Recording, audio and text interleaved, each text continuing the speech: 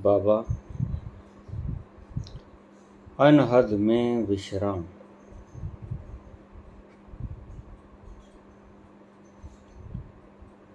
इन थोड़े से शब्दों का पूर्ण व्याख्या सहित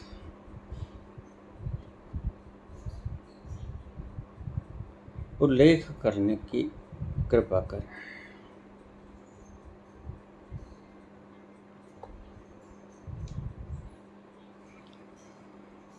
अनाहत और अनहद दोनों ही एक आवाज के दो नाम।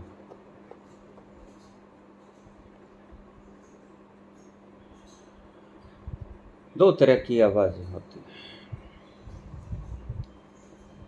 एक आवाज जो दो चीजों के टकराने से बनती है, जैसे हम घंटी घड़ियाल मंदिर में जाते हैं, शंख, ये आवाजें हमारे द्वारा पैदा की जाती हैं और इन आवाजों को बजाने का कोई कारण था।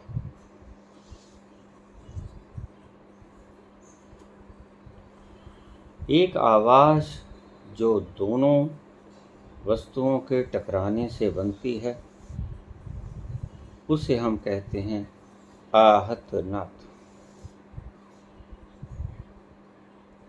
स्ट्रक्चर्ड साउंड, दो चीजें टकराई, आवाज पैदा हो गई।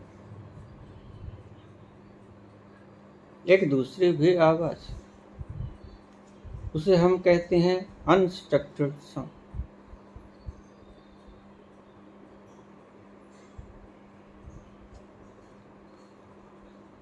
जो स्वयं से पैदा होती है, जो उस अज्ञात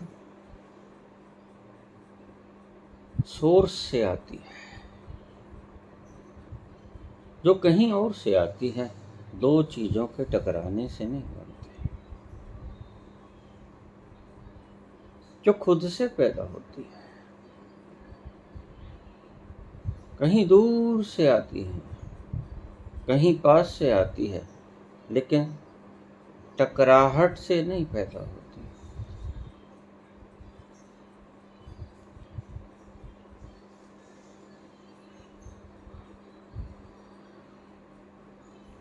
शुरू करना होगा आहत नाद से।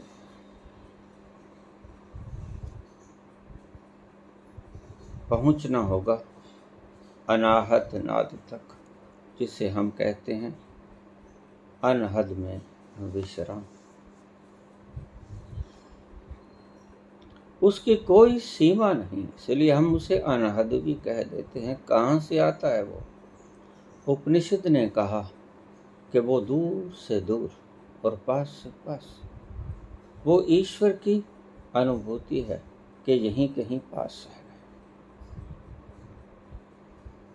जैसे हमें कोई सुगंध आए तो उस सुगंध का ऑब्जेक्ट हमें पता चल जाता है कि कुछ है, कोई फूल, कोई इत्र, कोई सुगंधित द्रव्य पास में है, जो ये सुगंध वहां से आ रही है।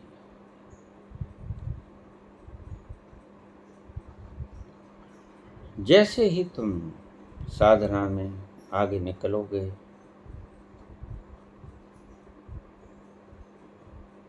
तुम्हें एक खुशबू आएगी। खुशबू आनंद की, खुशबू खुशी की, नृत्य की, मस्ती की, बेसुधी की,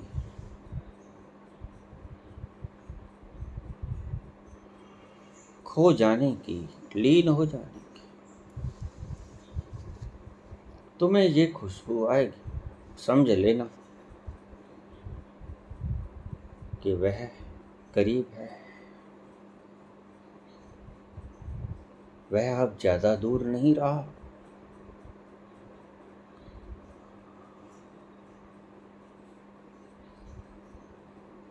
जो स्ट्रक्चर्ड साउंड है, आहत नाद है,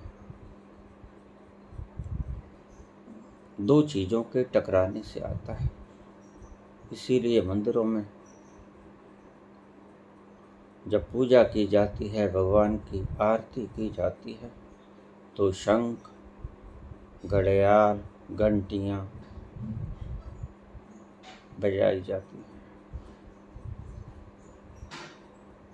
जागरण होते हैं तो हारमोनियम, वीणा, मृदंग, बैंजो, वायलिन, इन संगीत पैदा करने वाली आहत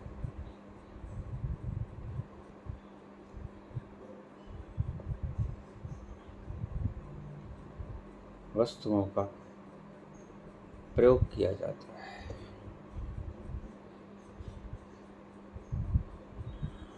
शुरू यहीं से करना होगा।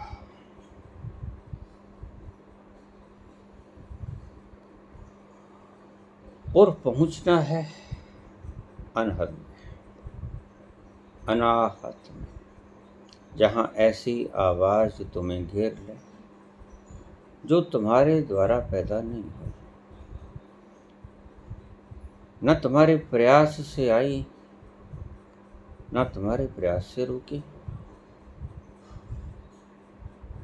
Sound of silence, the unstructured sound. दो चीजों के टकराई के बिना जो आवाज आए वो अनस्ट्रक्चर्ड साउंड। कैसे वो जन्म जाए भीतर, कैसे वो पैदा हो जाए। वो बांगे इलाही, ईश्वर की आवाज, ईश्वर के पैरों की खनक, उसकी पदचाप कि वो आ रहा है। इसलिए मैं बार बार एक शेर को दोहराया करता हूं। वो आ रहे हैं, सांसों जरा आहिस्ता चलो,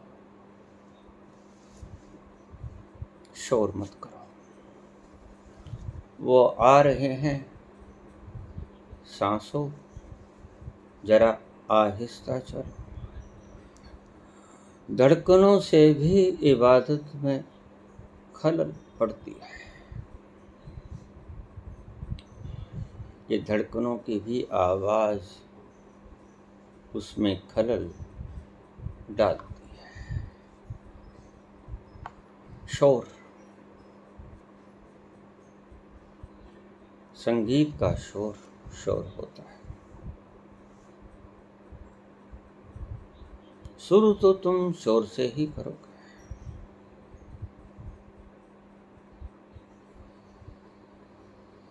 शुरू तो तुम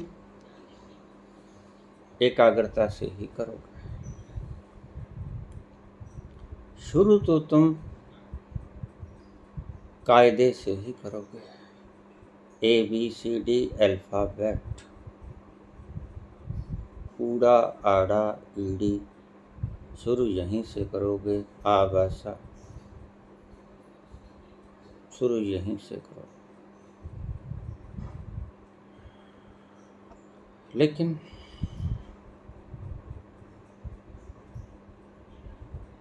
मुश्किलात तब पैदा होती है जब तुम चिपट जाते हो कायदे से। और मैं बार बार आपसे यही कहता हूं कि इस कायदे को छोड़ भी दो, आगे चलो।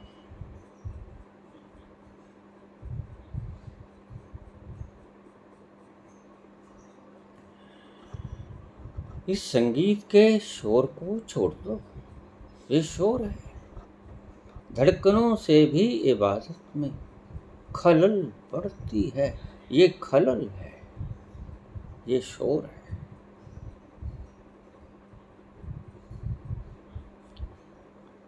आरती का कुल महत्व इतना ही था। ये भगवान शंकर जो डमरू रखते हैं अपने पास,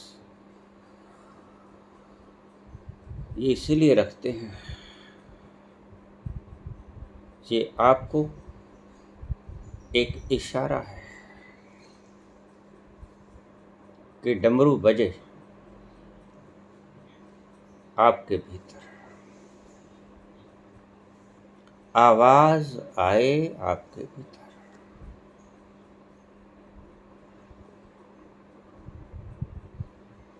जो त्रिशूल के साथ बंधा रहता है डमरू, इसका एक गहरा अर्थ आपको किसी ने समझाया। त्रिशूल का अर्थ है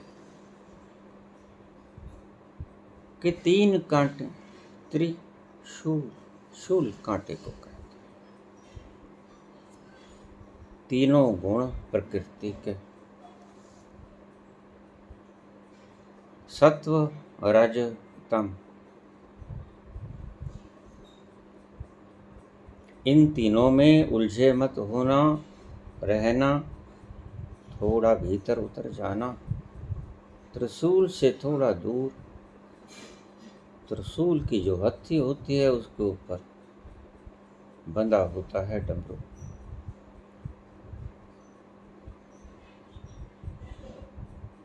त्रिगुणातीत हो जाना, इन 3 में से पार हो जाना। नीचे आपको एक लोहे का ढांचा मिलेगा, स्ट्रक्चर, एक रॉड, एक में समा जाना। वहां डमरू बंधा होगा, आवाज आएगी आपको, उसको हम अनाहत नाद कहते हैं। डमरू की आएगी, वीणा की आएगी, बेरी की आएगी, शंख की आएगी, झिंगुर की आएगी, बहुत तरह की आवाजें आएंगी, ओम की आएगी। और आप ऐसे मूर्ख निकले कि आपने इस डमरू को बजाना शुरू कर दिया। और शुरू कर देते तो ठीक, रुकना भी तो था भाई, बजाते ही चले गए।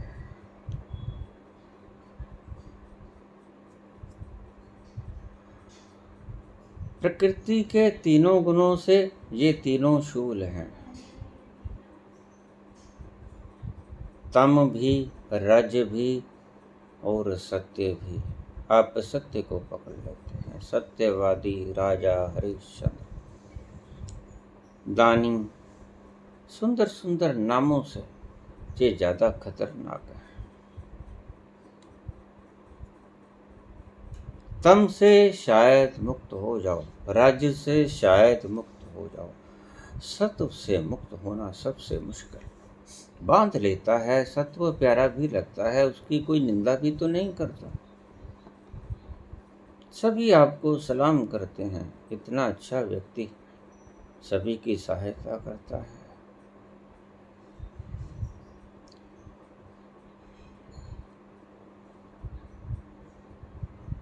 सभी से प्रेम करता है। सत्व, सत्व के साथ आप इतने बंध जाते हो कि सत्य से चिपकाहट को उखाड़ना सबसे ज़्यादा मुश्किल होता है।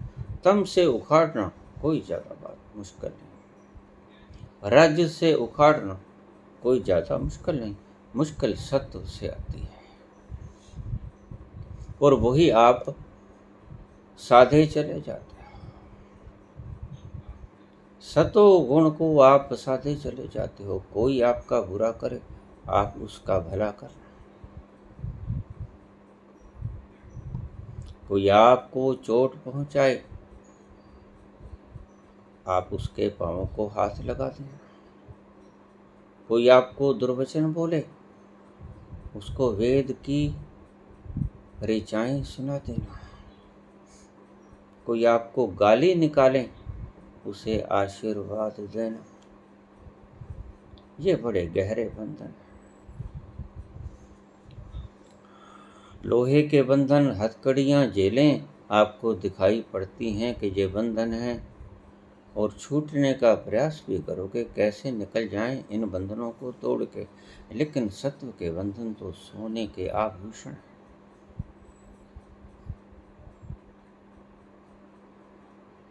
हर प्राणी आपकी इज्जत करेगा, पांव पकड़ेगा,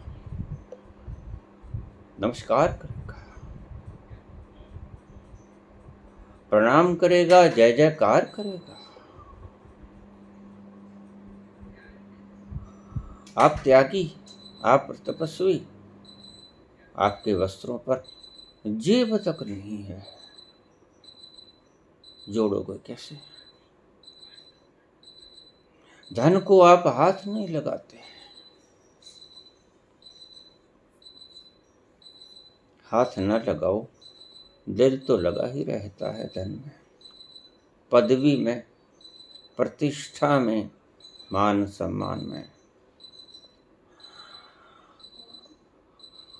मन लगा रहता है, जेब न लगे कोई बात नहीं, कभी ना पहुंच पाओगे अगर सत्व को साधने में लग गए।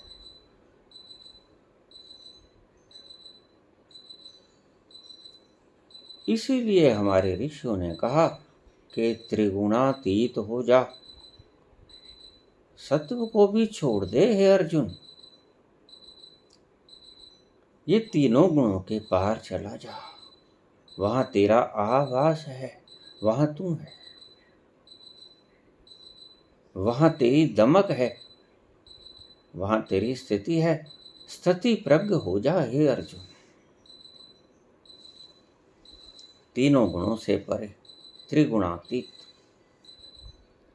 ये तीनों शूल हैं, तुम तम और रज को ही शूल मत समझ लेना। सत्व सबसे गहरा शूल है, ऐसा शूल करता है आपको, बेंध देता है कि घाव कभी भरता ही नहीं।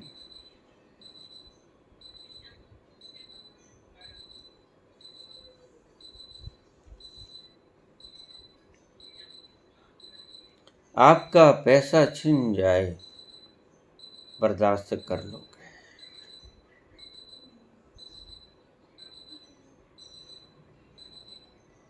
आपसे काम छीन लिया जाए, राज्य छीन लिया जाए, तम छीन लिया जाए, बर्दाश्त कर लोगे।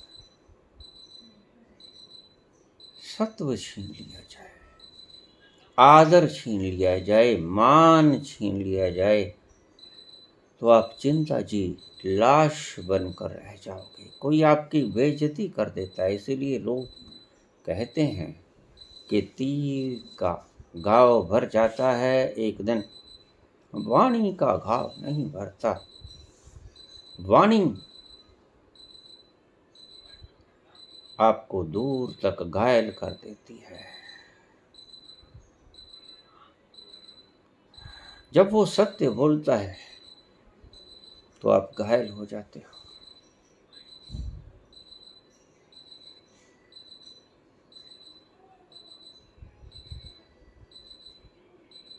इस वाणी ने महाभारत करवा दिया। द्रौपदी ने कहा दुर्योधन से, अंधों के अंधे ही पैदा होते हैं। 40 लाख लोग मारे गए। सत्व सबसे ज्यादा खतरनाक है।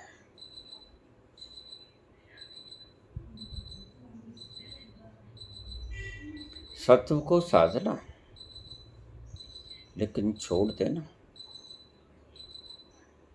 ये पहले याद रखना। जैसे आप इस संसार में आए और ये संसार एक सराय है, आए, ठहरो, आराम करो, खाओ पियो, रात को सो जाओ, लेकिन याद रखो कि सराय है। छोड़ने की यादाश्त बनाए रखो, एक दिन छोड़ के जाना है। ये सत्व के साथ आप चिपट जाते हो, इससे आपको बड़ा सुकून मिलता है।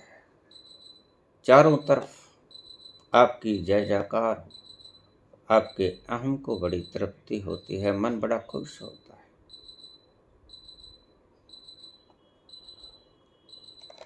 लेकिन अगर कोई आपके विरुद्ध शान में शब्द कोई बोल दे, वो बर्दाश्त नहीं होता, चोट बर्दाश्त हो जाएगी। हाँ, वाणी की चोट बर्दाश्त नहीं होती, वो आपको बहुत गहरे से घायल कर जाती है। त्रिशूल हैं, ये शूल तीनों ही हैं, तम, रज और सत्व। सत्य को साध लो, बिल्कुल जरूरत नहीं है, बिना भी काम चल जाएगा, लेकिन साध लो, कोई बात नहीं। कम से कम तम और रज से परे निकलो। तम और रज में तो कुछ भी ना मिलेगा, सत्व से आगे रास्ता है, लेकिन आवश्यक नहीं है, ये बात ध्यान में रख लेना। तीनों को यकलख्त छोड़ा जा सकता है, तीनों शूल हैं।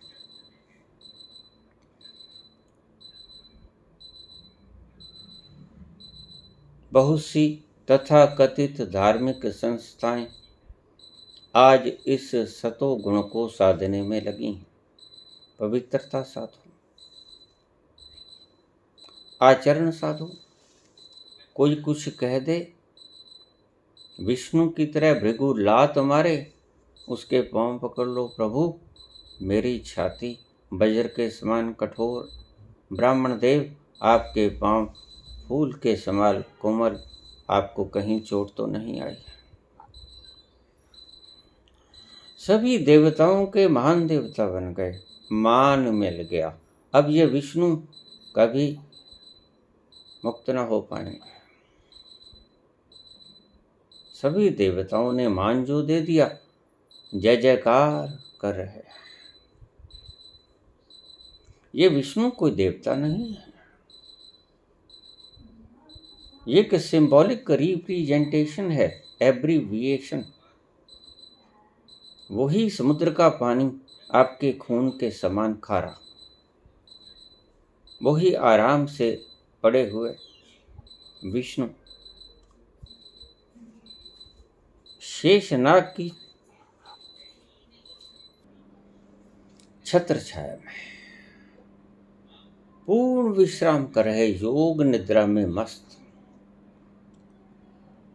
और जो योग निद्रा में मस्त हो जाता है, लक्ष्मी तो उसके पांव चूमती ही चूमती है। योग निद्रा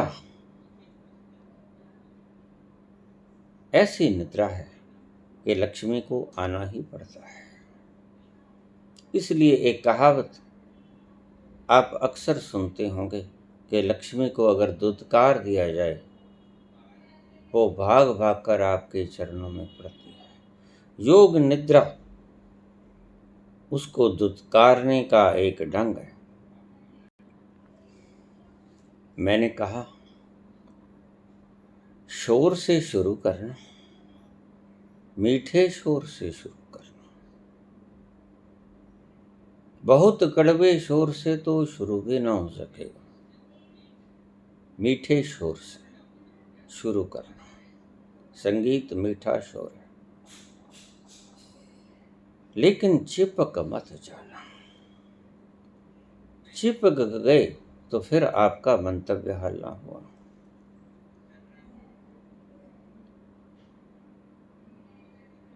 एक खलल है संगीत, यहां से शुरू करना तो ठीक।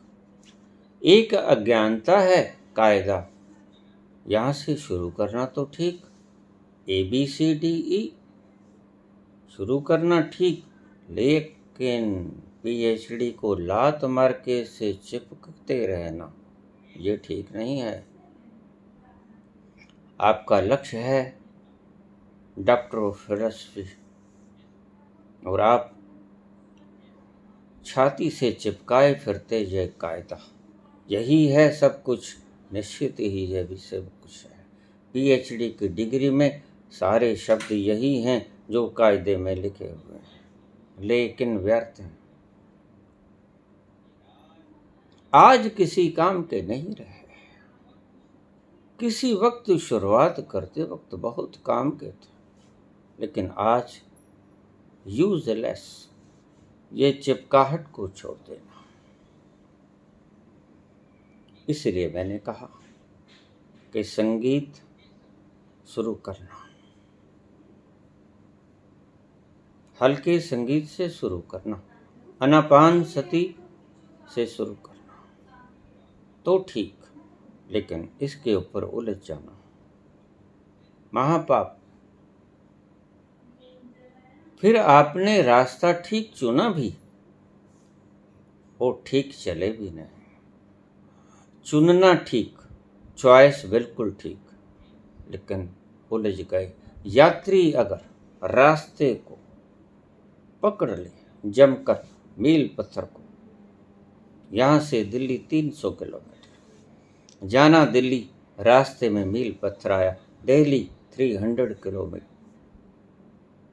आप उसको जफ्फी डाल के बैठ जाओ, गलवकड़ी में ले लो, आगोश में ले लो कि दिल्ली लिखा है, ये देखो दिल्ली, नीचे नहीं देखा कि 300 किलोमीटर। आप पकड़ लेते हो इशारों, वहीं मार खा जाते हो।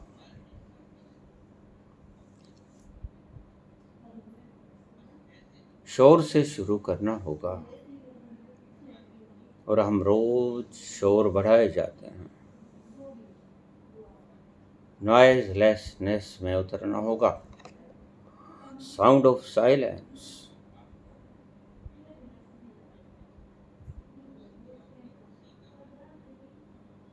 आहत नाद से शुरू करना होगा,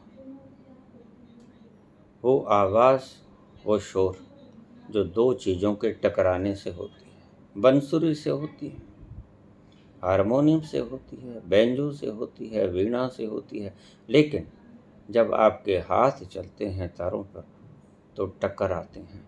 वो सभी आवाज़ें, सभी म्यूजिक्स, सभी संगीत दो वस्तुओं के टकराने से पैदा होती है। शुरुआत यहाँ से कर लेना, ना भी करो तो चल जाएगा, सीधा रास्ता भी है। अष्टावक्र बिल्कुल सीधा रास्ता बताते हैं।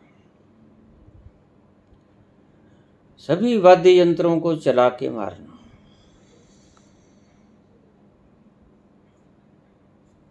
सीधे छलांग ले लेना, सभी सीढ़ियों को तोड़ देना, सीधे कूद जाना मार्ग है। इसलिए कृष्णमूर्ति ने कहा, गुरु की कोई आवश्यकता नहीं, गुरु सिर्फ सीढ़ियां मात्र है। छलांग ली जा सकती है, ली जा सकती है निश्चित, लेकिन सीढ़ियों के द्वारा भी उतरा जा सकता है, ये भी ठीक।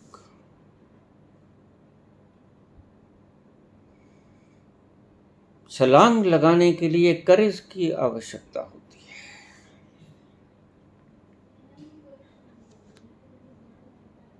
और करेज तुम खुद से पैदा नहीं कर पाते, गुरु की जरूरत वहां भी। करेज कौन देगा? तुम कंपोगे।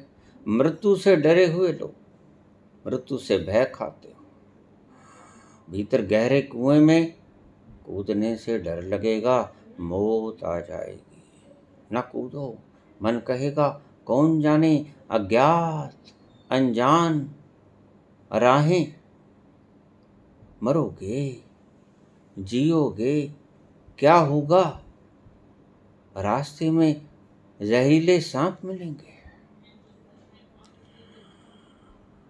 गहरे पानी में उतरे मगरमच्छ मिलेंगे, खा जाएंगे तुमको। गहरे कुएं में छलांग मत लगाना, ये अज्ञात रास्ता है, वहां गुरु ही बताएगा, नहीं नहीं मैंने भी छलांग ली है, करेज पैदा करेगा, ये देखो मैं तुम्हारे सामने खड़ा हूं। कुछ नहीं है, परम आनंद है। खुशबू बिखेरता हुआ संगीत, खुशबू बिखेरते हुए फूल, इतर सुगंधित आनंद, मस्ती, शराब। तेरा छलांग लगा के देखो। और सीढ़ियां उतरने के लिए भी गुरु की आवश्यकता है, वो बताएगा। पल पल पे गुरु की तो आवश्यकता पड़ती ही पड़ती है। बस कोई विरला, नेग्लिजिबल, कोई करोड़ों में एक, और करोड़ों में भी नहीं, करोड़ों में से भी एक, और आगे करोड़ों में से भी एक। कोटिन में कोई एक चलत है, कोटिन चलत एक पहुंचत है। इस शब्द का अर्थ भी यही था कि जो छलांग लेता है वो सिर्फ एक होता है। जो कोटिन में चलते हैं और जो कोटिन चलते हैं, उनमें से एक छलांग ले पाने की हिम्मत करता है। गुरु की आवश्यकता पड़ेगी, पल पल पर आवश्यकता पड़ेगी।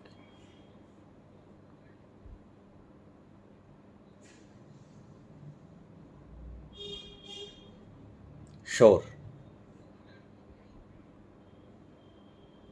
आहत शोर से शुरू करके अनाहत शोर तक पहुंच जाओ।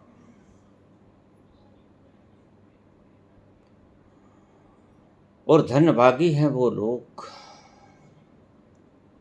जो अनाहत का आवाज सुननी शुरू हुई, क्योंकि ये शोर नहीं है, ये बड़ा प्यारा, ये लोरी है।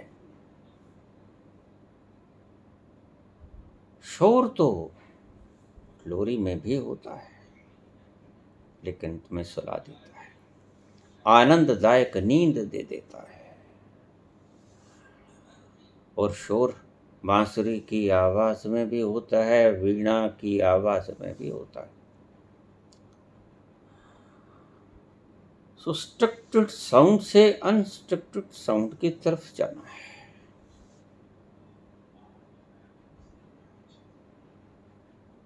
एकाग्रता। मुझसे लोग पूछते हैं, आप बुद्ध की विपश्यना को भी इनकार कर देते हो। मैंने कहा, मैं नहीं करता। बुद्ध की विपश्यना को इनकार करते हैं अष्टावक्र। और जब मैं अष्टावक्र की पद्धति को बोलता हूं तो मैं कहता हूं मैं अष्टावक्र ही हो जाता हूं।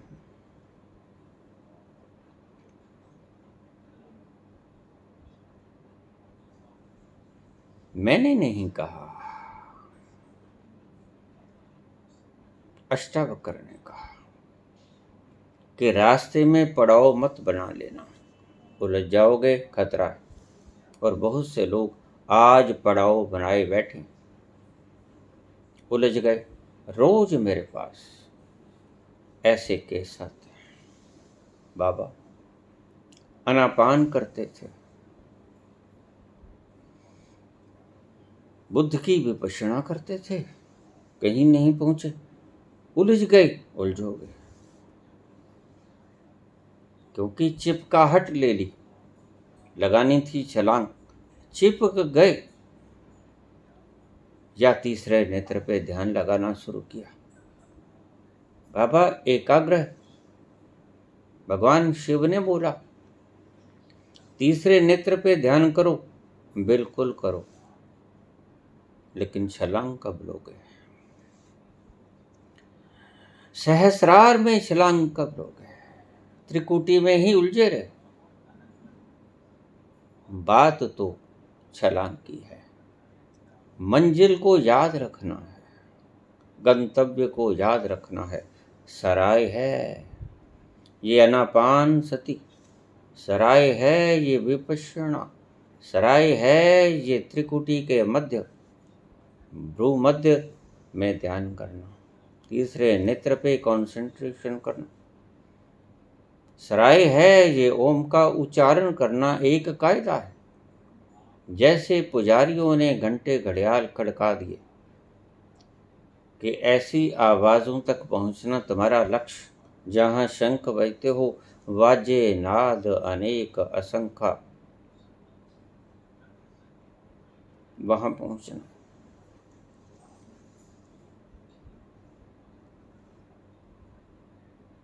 आहत से, नाद से, अनाहत तक, अनहद तक। लेकिन ये पड़ाव है, कंसंट्रेशन भी पड़ाव है। वो तीसरे नेत्र पे कर लो, विपश्यना में कर लो, श्वासों के ऊपर कंसंट्रेशन कर लो, नाभि पे कर लो, या किसी हृदय चक्र पे कर लो, या किसी भी चक्र पे कर लो। लोग तो सहस्रार पर भी कंसंट्रेशन करते हैं। हो रखो, चिपकना है, कहीं भी चिपक जाओ, लेकिन चिपकना मंजिल तक नहीं पहुंचाता। ज्यादा फंसोगे, तुम ज्ञानी हो गए, तुम कहोगे मैं तो सहस्रार में चला गया। चले नहीं गए, तुम वहां चिपक गए। सबसे मुश्किल होगा जिसने कायदे को पीएचडी की बुक समझ लिया, वो सबसे मुश्किल होगा। वो गुरु बन जाएगा तथा कथित नकली। वो कहेगा मैं तो सारे दिन सहस्रार में ही रहता हूं। नहीं, तुम कहाँ रहते? तुम्हारी चिपकाहट, तुम्हारा ध्यान सहस्रार में तुमने जमा लिया, आदी हो गए, ये तुम्हारी आदत बन गई। जैसे बहुत से व्यक्ति मैंने देखे, आदत हो जाती है, कुछ एक विशेष अलंकार का प्रयोग करते हैं।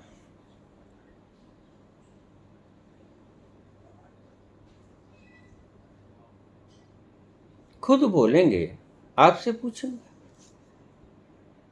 हाँ या ना, आप क्या जवाब दोगे बेचारे? आप तो खुद सीखने आए हो।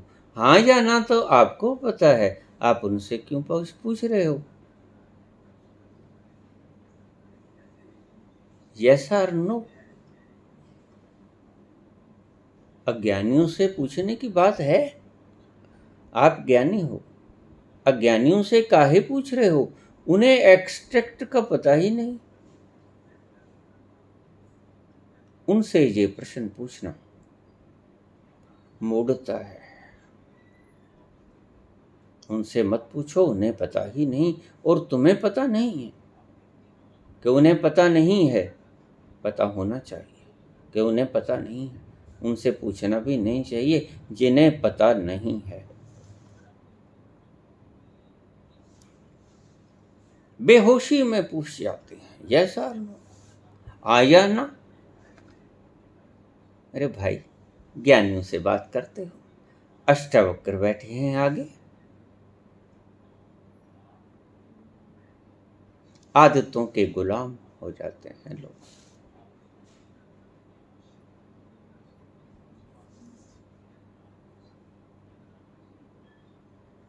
बड़े शोरगुल से चले जाना है, निकल जाना है छोटे शोर तक। धीरे धीरे धीरे धीरे आहत स्वर से, आहत के शोर से अनाहत के शोर तक पहुंचना होता है।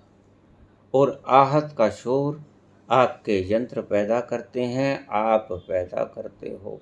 ये सभी बातें सांकेतिक थीं, पौराणिक थीं। आपको बताने की चेष्टा की गई कि यहाँ से शुरू करना, लेकिन ऐसी आवाज़ें अपने आप भी आएंगी। सुन लो जरा ध्यान से इस शंख की आवाज़ को, भेरी की आवाज़ को, वीणा की आवाज़ को, इस टल की आवाज़ को, इस ओम की आवाज़ को।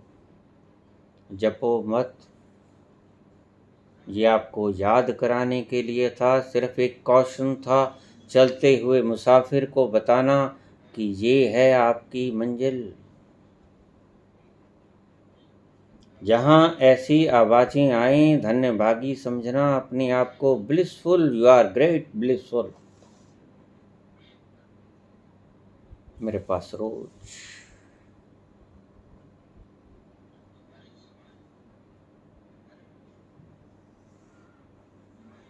ऐसे अनुभव आते हैं। बाबा, आपकी क्रिया योग से अनाहत नाद शुरू हो गया।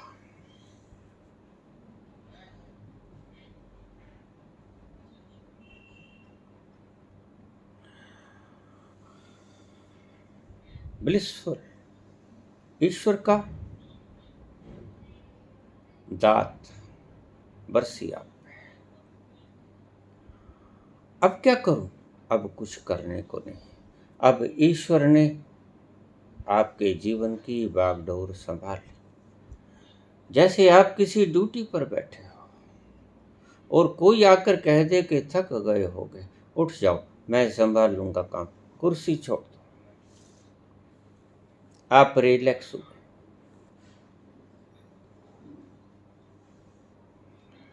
ये संकेत है ईश्वर का आपको, जब अनाहत नाद शुरू होता है कि छोड़ दे, अब मैं तेरा कर्तव्य संभाल लेता हूं। अहम त्वाम सर्व पापेभ्यो मोक्षयिष्यामि मा शुचः।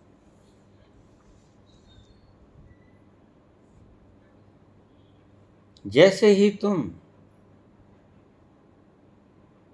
किसी प्रयास से, किसी अप्रयास से इस अनस्ट्रक्चर्ड साउंड तक पहुंच गए। देखिए, सन्नाटे की आवाज भी अनस्ट्रक्चर्ड साउंड है। झिंगुर की आवाज, वीणा की आवाज, शंख की आवाज, ओम की आवाज। लोग मरे जा रहे हैं आज। ओ शांत। उन बेचारों को कौन समझाए? बहुत सी टुकड़ियां सत्संग करके मेरे पास आती, बाबा सत्संग करके आए। मैंने कहा, सत्य को जानने वाला आप में था कौन? कोई नहीं। सभी मुमुक्षु हैं, जाना किसी ने भी नहीं। फिर मैंने कहा, सत्संग नहीं हुआ। सत्संग उस दिन होगा जिस दिन आपके भीतर कोई व्यक्ति, सत्य तक पहुंचने वाला व्यक्ति आपके भीतर मौजूद होगा। उस दिन होगा सत्संग। उससे पहले गाना बजाना है, नाच लो, कूद लो, ये भी एक मनोरंजन है। एक दूसरे से कनेक्शन का एक ढंग है। इस बहाने इकट्ठे होते रहें, यूनिटी बनी रहे।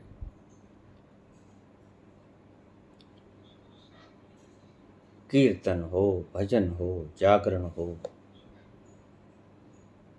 किसी पार्टी का आयोजन हो, कोई अनुष्ठान हो, कार्यक्रम हो, इकट्ठे होने का, जुड़े रहने का आपस में साधन है। और जितने ज्यादा चिपकते जाओगे उतना तोड़ना मुश्किल हो जाएगा। इसलिए मैं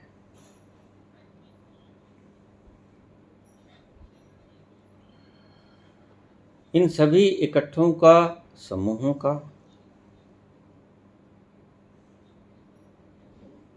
विरोध करता हूं। ये समूह नहीं होने चाहिए, संस्थाएं नहीं होनी चाहिए। ये तुम्हारे भीतर चिपकाहट पैदा करते हैं। शिष्य शिष्य से लगाव पैदा करेगा, शिष्य गुरु से लगाव पैदा करेगा। और मैंने अपने पिछले प्रवचनों में बोला कि आखिरी से आखिरी बाधा गुरु है, बड़ा प्यारा है, जिसने अंगुली पकड़ के आपको यहाँ तक ले आया और जिसने कहा कि कूदो, नहीं कूद पाओगे। आखिरी आपको कैसे छोड़ दूं? आपको कैसे छोड़ दूं प्रभु? गौतम की तरह हो जाओगे और महावीर को जाना होगा आपका मोह तोड़ने के लिए। जैसे ही महावीर गए, बहुत रोया गौतम, और जैसे ही कागज पे लिखा हुआ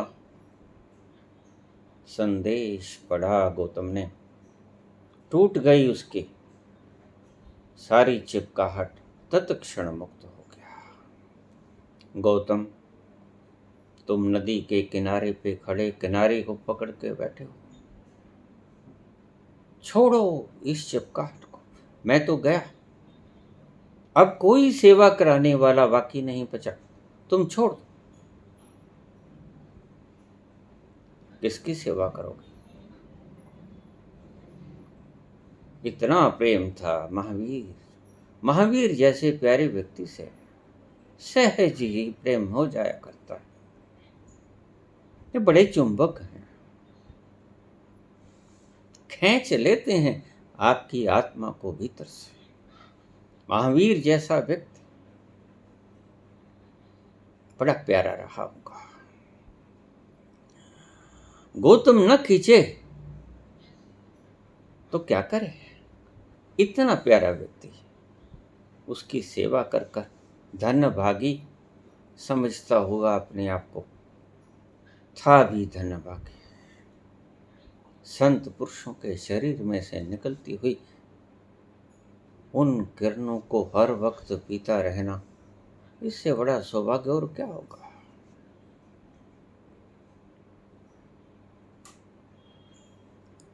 ग्रेटेस्ट ब्लिस एक बूंद है और चिपक गया उसके साथ, मदहोश रहता उसकी मौजूदगी में। बस जैसे आप मैखाने के साथ शराब की बोतल के साथ चिपक जाते, उसमें तो कुछ भी नहीं होता नशा, लेकिन ये तो मैखानों का समुद्र होता है। ऐसे व्यक्ति तो मैखानों का समुद्र होते हैं। इनकी तो खुशबू अनंत मीलों तक फैलती है, दूर से खिंच जाता है व्यक्ति। ऐसी बिखरती है सुगंध, क्या पंजाने में पांव उठा लेते हो, पता ही नहीं चलता कब उस मंजिल की तरफ पांव उठ गए। इसलिए मैं कहता हूं कि अगर अनाहत नाद शुरू हो गया तो आपके ऊपर कृपा हो गई ईश्वर की, अब छोड़ दो। अब आपके पांव खुद ब खुद उठ जाएंगे। अब चलने की फिक्र मत करो, अब कोई बंधन आपको रोक नहीं पाएगा। बस और तेजी से बढ़े, इसके लिए अगर आप कुछ कर सकते हो तो मैंने आपसे बताया क्रिया योग। जितनी आप में क्षमता है ज्यादा से ज्यादा करो, शीघ्रतम उपाय है उस तक पहुंचने का। क्रिया योग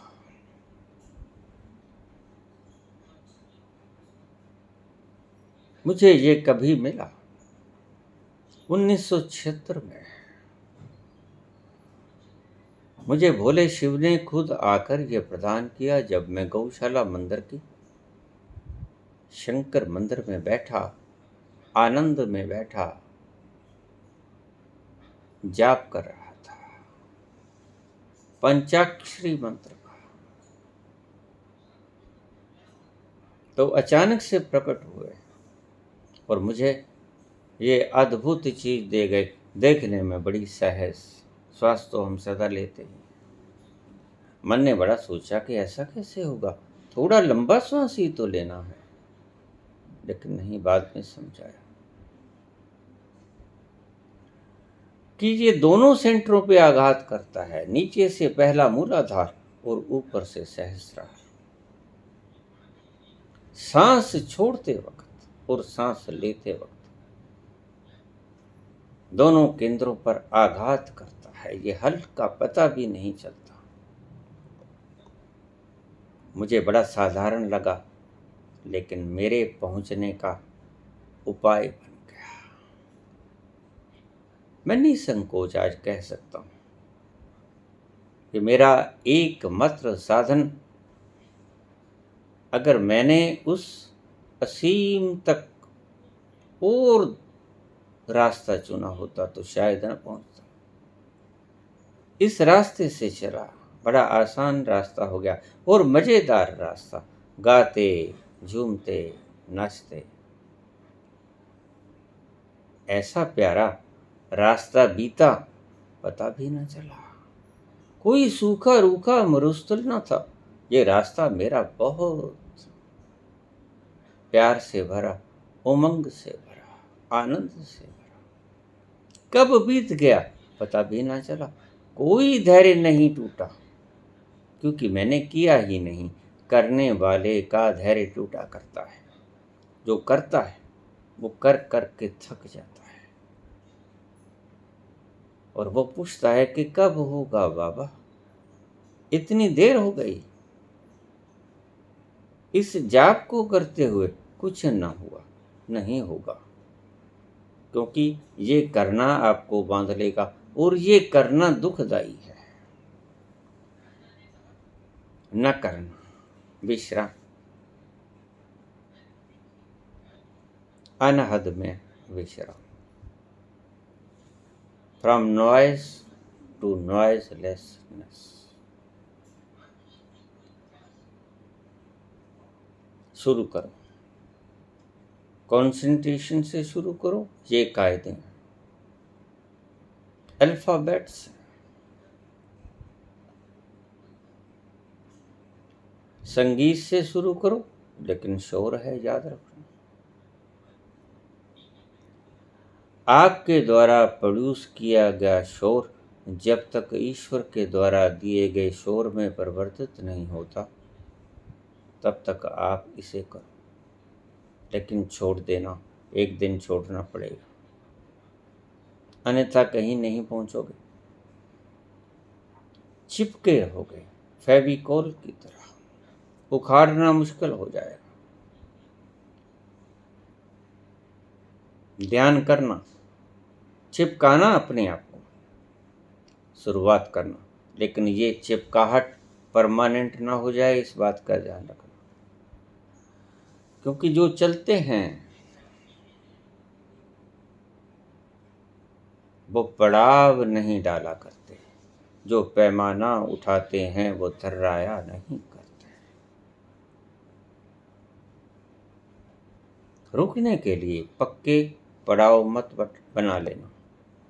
ये पड़ाव है, अनापान भी पड़ाव है, तीसरे नेत्र पे ध्यान भी पड़ाव है, सहस्रार में ध्यान भी पड़ाव है,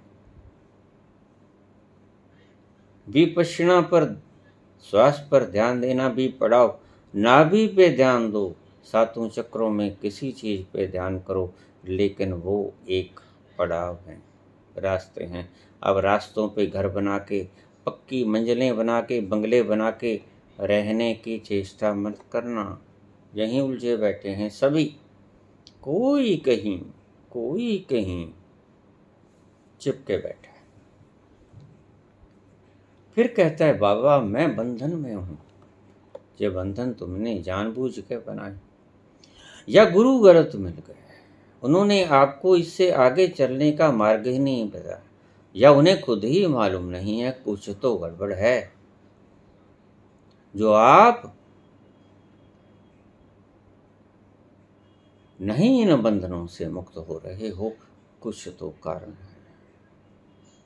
जो आप अभी तक चिपके हुए हो, नॉइजलेसनेस, अनस्ट्रक्चर्ड साउंड। नॉइज तो है, लेकिन बड़ी मीठी, बहुत मीठी। नॉइज लगती कहाँ है तो साउंड, है तो नाद, चाहे अनाहत चाहे आहत। तो पूछा आपने, अनहद में विश्राम।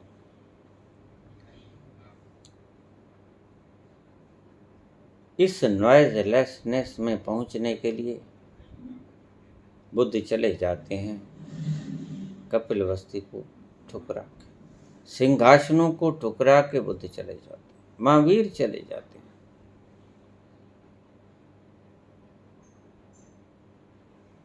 नॉइजलेसनेस में पहुंचने के लिए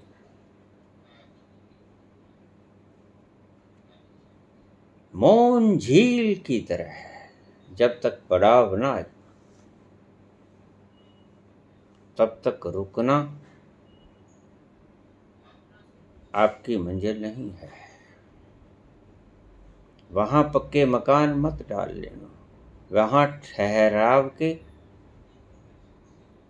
साधन मात्र बने तो ठीक, लेकिन पक्के बंगले मत डाल लेना। आप सभी पक्के बंगले बना के बैठो, ये सराय है।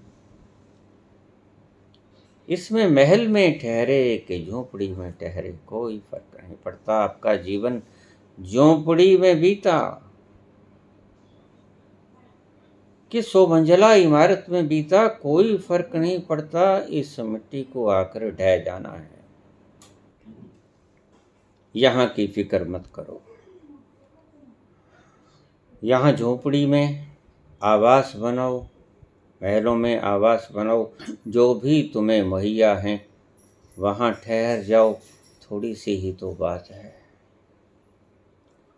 रुकना है, रात भर गुजारनी है, सुबह होगी। सुबह होने तक इस अंधेरे का साथ देना। रात भर का है मेहमान अंधेरा, रात भर का है मेहमान अंधेरा,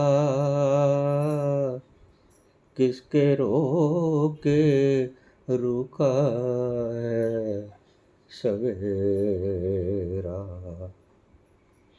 किसके रोके रुका है सवेरा, रात भर का है मेहमान अंधेरा। अंधेरा रात भर का मेहमान है। आप इस सराय में मेहमान हो। सुबह आएगी, अवश्य आएगी। यहाँ अपनी मंजिलें बना के मत बैठ जाना, एक दिन छोड़ना होगा। सुबह आएगी, धीरज रखना। अनहद में विश्राम, यहाँ विश्राम मत करना। विश्राम की एक और जगह है जहाँ सदा के लिए विश्राम हो जाते हो। विश्राम में नहीं, विश्राम ही हो जाते हो। आप खुद ही विश्राम हो जाते हो।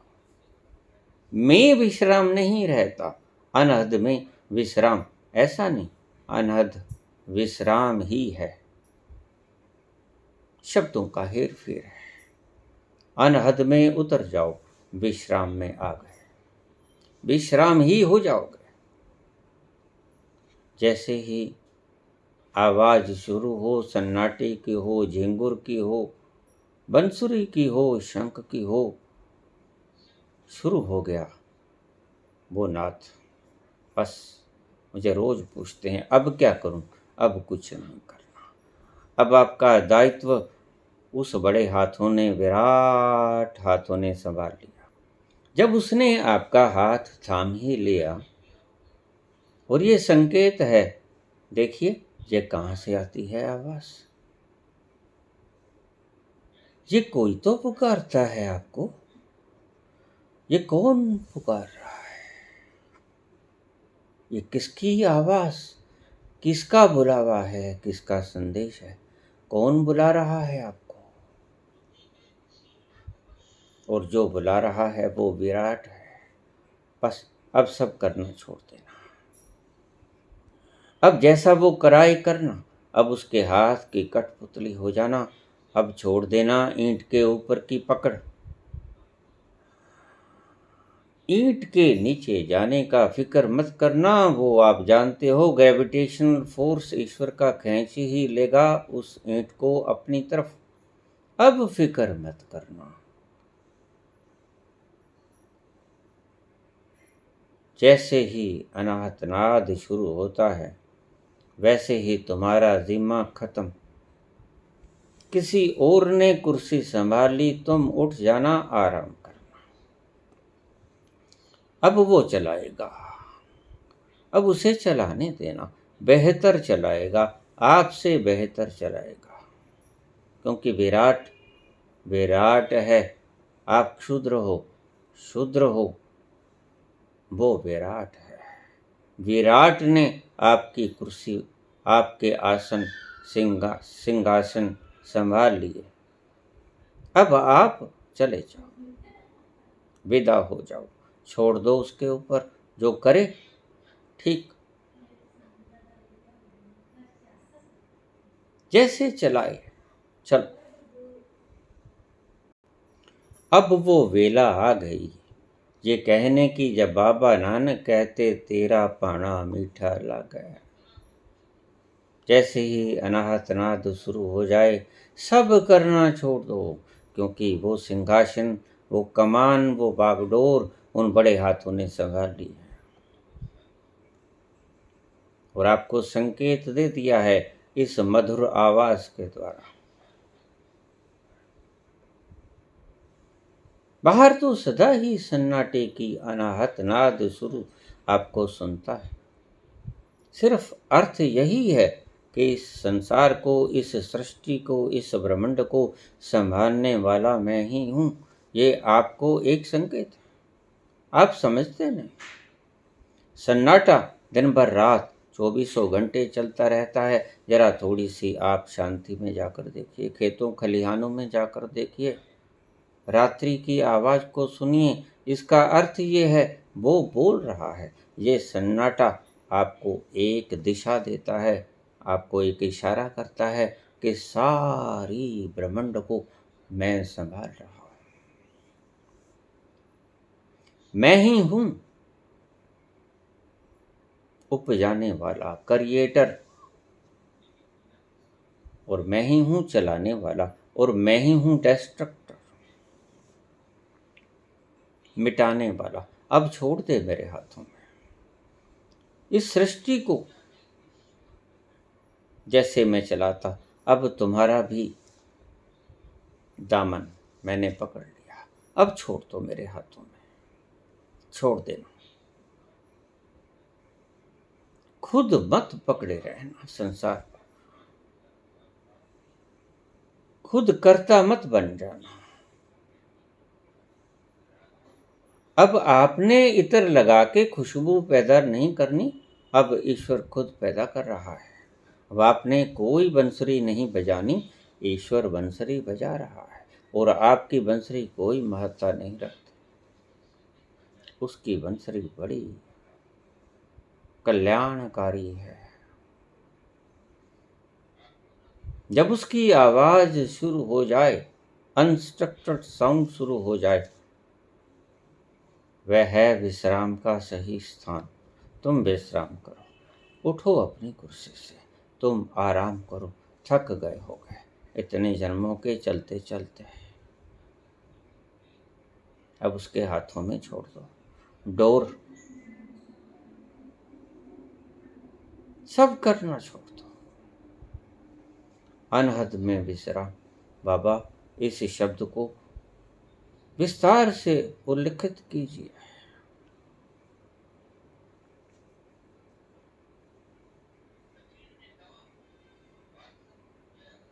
विपश्यना में स्थान बनाते हो, आप उलझते हो, सांसों पे ध्यान देते हो। ध्यान रखना ये पड़ाव हैं और यहाँ उलझे हो। दुनिया पूरी की पूरी बुद्ध की इस विपश्यना में उलझी हुई बैठी है। पड़ाव में घर बना लिए हैं, सुंदर सुंदर बंगले बना लिए हैं। ये गंतव्य नहीं है, अभी गंतव्य नहीं आया। इसलिए आप ब्लिसफुल नहीं हैं। कोई अमृत नहीं बरसता, कोई आनंद की धारा बहती नहीं दिखती, कोई सरूर नहीं दिखता, कोई बेसुधी नजर नहीं आती, कोई बेखुदी नजर नहीं आती, कुछ नजर नहीं आता। आप पड़ाव डाले बैठे हो, किसी भी स्थान पे डाल सकते हो। रास्ता बड़ा लंबा है, किसी भी विधि पे पड़ाव डाल सकते हो, लेकिन ध्यान रखना, चूक मत जाना, पड़ाव मत बना लेना, थोड़ा सा विश्राम कर लेना। अगर थक गए हो तो निरंतर चरे बहती थक जाओ तो विश्राम थोड़ा कर लेना, क्योंकि परम विश्राम में जो उतरना है, अनहद में विश्राम।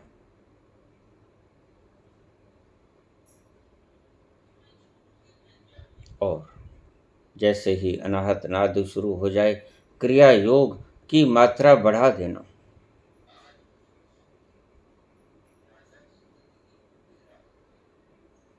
जैसे ही उसका वरदान आपको मिला, आप छोड़ना, सब कुछ छोड़ देना, क्रिया योग को ज्यादा बढ़ा देना। ये ही सहायता करेगा आपकी, सिर्फ मात्र ये ही सहायता करेगी आप। मैं रहूं ना रहूं, इस क्रिया योग को अंत तक न छोड़ना।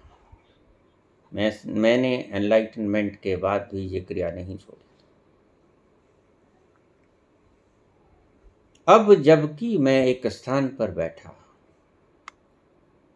मेरा कहीं जाने को दिल नहीं करता। मैं जहां हूं परम विश्राम में हूं। जरा भी हिलजुल अच्छी नहीं लगती, भाती नहीं। कोई सैर सपाटा, कोई खाना पीना कुछ अच्छा नहीं लगता।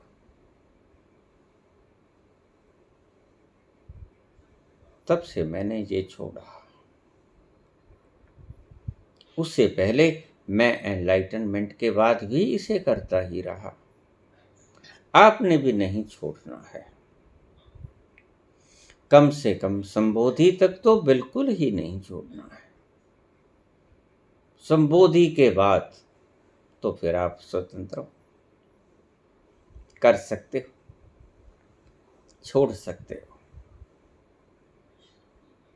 अनहद में विश्राम शब्द बड़ा प्यारा है। शुरू होता है शोर से, विश्राम तक। शोर के श्रम से आप खुद बंसरी बजाते हो। जब आपके भीतर बंसरी बजनी शुरू हो गई, आपके बिना प्रयास से, आपके बिना बंसरी बजाई,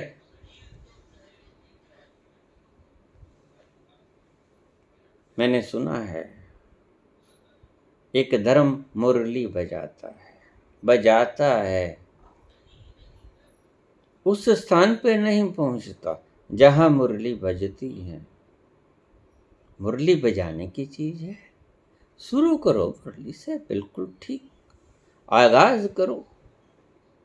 कृष्ण भगवान ने भी यही संदेश दिया कि देखिए ये आवाज कितनी प्यारी लगती है, ऐसे ही भीतर भी है आपके।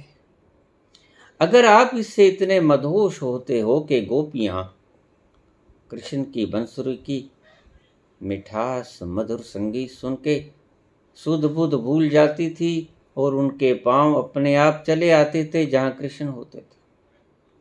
गायें तक चली आती थी, पशु तक चले आते थे, इतनी कशिश थी बंसरी बजाने में। तो बंसरी जहां विराट बजाता होगा वहां कितनी कशिश हो। मुरली बजाने से शुरू कर देना। नए नए बखेड़े शुरू मत करना। एक ऐसा स्थान है जहां मुरली बज रही है, वहां पहुंचना है। जैसे आप मंदिरों में टल खड़काते, शंख बजाते, घड़ियाल बजाते हैं, लेकिन बजाते ही नहीं रहना है। ऐसा भीतर जब शुरू हो जाए, विश्राम में ठहर जाना है। लेकिन मैं वही बात कहता हूँ कि मुश्किलात तब पैदा आती है जब इन धर्माचार्यों को कुछ पता नहीं होता आगे का, चिपक जाते हैं कायदों के साथ। मुरली बजाते रहेंगे ये लोग सारी उम्र, आने वाली सभी पीढ़ियां मुरली बजाती ही रहेंगी। मुरली की धुन जहां बज रही है वहां नहीं पहुंचे। ओम की आवाज बोलती रहेगी, ओम शांत। ओम की ध्वनि जहां प्रकट हो रही है वहां नहीं पहुंचेंगे। जबकि ये ओम की ध्वनि का उच्चारण सिर्फ मात्र to remember the unstructured sound of Om, वो ध्वनि जो बिना आहत के दो चीजों के टकराने से बनती है। आपका ओम का स्वर शंख, तो आपके फूंक लगाने से, शंख के भीतर फूंक भरने से ध्वनि पैदा होती है, लेकिन वहां कोई फूंकने वाला नहीं है शंख को। वहां ओम का उच्चारण करने वाला कोई नहीं। वहां उच्चारण हो रहा है, वहां पुकार हो रही है हर वक्त, वहां पहुंचना है। अगर टल्लों में आज सभी धर्म अपने उन बनाए हुए एब्रीविएशंस में, सिंबल्स में, सिंबॉलिक रिप्रेजेंटेशंस में उलझे हुए हैं, जो बता रहा था कि ये हैं उनके लक्षणों को पकड़ के बैठ गए। जब ये लक्षण शुरू हो जाएं तो आप छोड़ देना सब कुछ।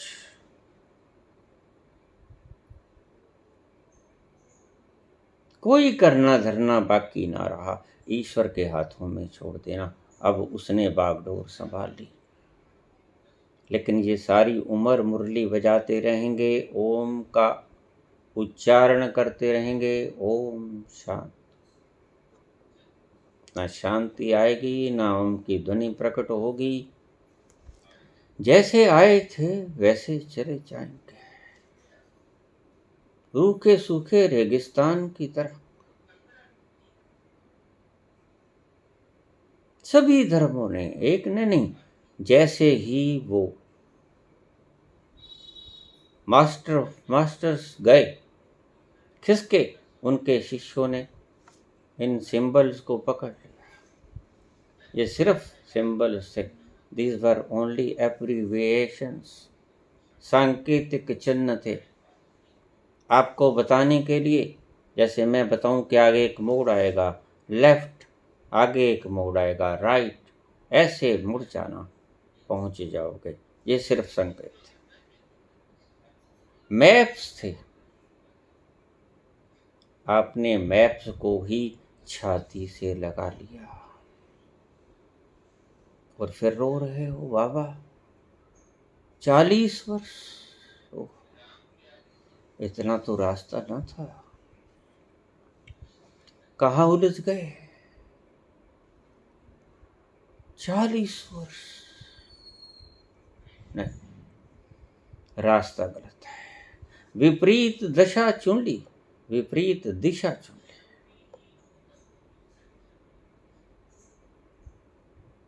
ये मैप्स को चलने के लिए हैं, ना कि छाती से चिपका के बैठने के लिए।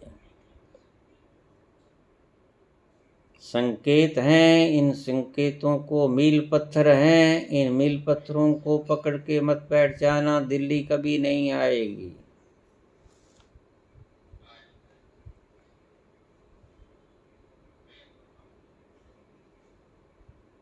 आप सभी धर्मों के लोग पकड़ के बैठे हो इन सांकेतिक भाषाओं को, इन कायदों को छाती से लगा के बैठे हो। इन सिंबॉलिक सिंबल्स में जो रिप्रेजेंटेशंस आपको दी गई थी, जो एब्रीविएशंस के रूप में आपको शॉर्ट हैंड होता है, नेता बोलते हैं शॉर्ट हैंड वाला बिल्कुल एक लकीर सी ला देता है, उसे पता कि मैंने क्या लिखा। ये संकेत। मंदिर के अंदर प्रवेश करो, घंटे की आवाज आएगी, समझ लेना सामने झांकना, मूर्ति दिखेगी। और देखिए जो रास्ते में परिक्रमा बनी साइड में, उसमें उलझ मत जाना, सीधा सीधा रास्ता है।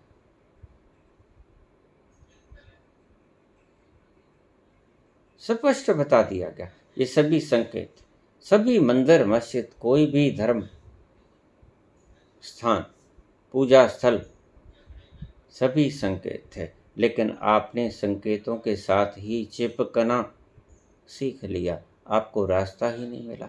गुरु गए जिनको पता था, अब मूर्ख रह गए जिन्हें पता नहीं। वो आपको क्या समझाएंगे? मूर्ख मुड़ता ही सिखाएंगे, और मुड़ता ही सीखे जा रहे हैं सब। फॉलोअर्स की संख्या बढ़ती जा रही है,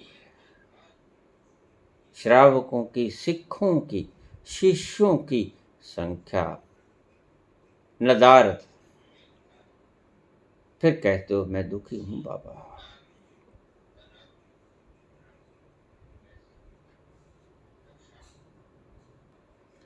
तेरी वफा से क्या हो तलाफी की दहर में, तेरी वफा से क्या हो तलाफी की दहर में, तेरे सिवा भी हम पे बहुत से सितम हुए। तेरी वफा सिवा भी हम पे बहुत से सितम हुए। आज ये सितम ढाए जा रहे हैं, पता नहीं है किसी को। सत्य क्या है? ये सिर्फ एक इशारे थे, आपने इशारों को पकड़ लिया। सभी धर्मों में इशारे, वो रहा चंद्रमा, वो रहा सूरज, आप इशारों की, टिप्स की आखिर में आके बैठ जाते हो। नहीं, यहाँ कोई चांद नहीं, यहाँ कोई सूरज नहीं। ऐसा ही सभी धर्म कर रहे हैं, इशारों को पकड़ के बैठे हैं। कहीं ना पहुँचोगे, कभी ना पहुँचोगे। अनहद में विश्राम कैसे हो? जिनको ये नाद शुरू हो गया, सब प्रयास छोड़ दो। जप, तप, पाठ, पूजा, तप, व्रत, उपासना, सभी प्रकार के श्रम को छोड़कर मेरी शरण में आ जा। सर्वधर्मान् परित्यज्य मामेकं शरणं व्रज।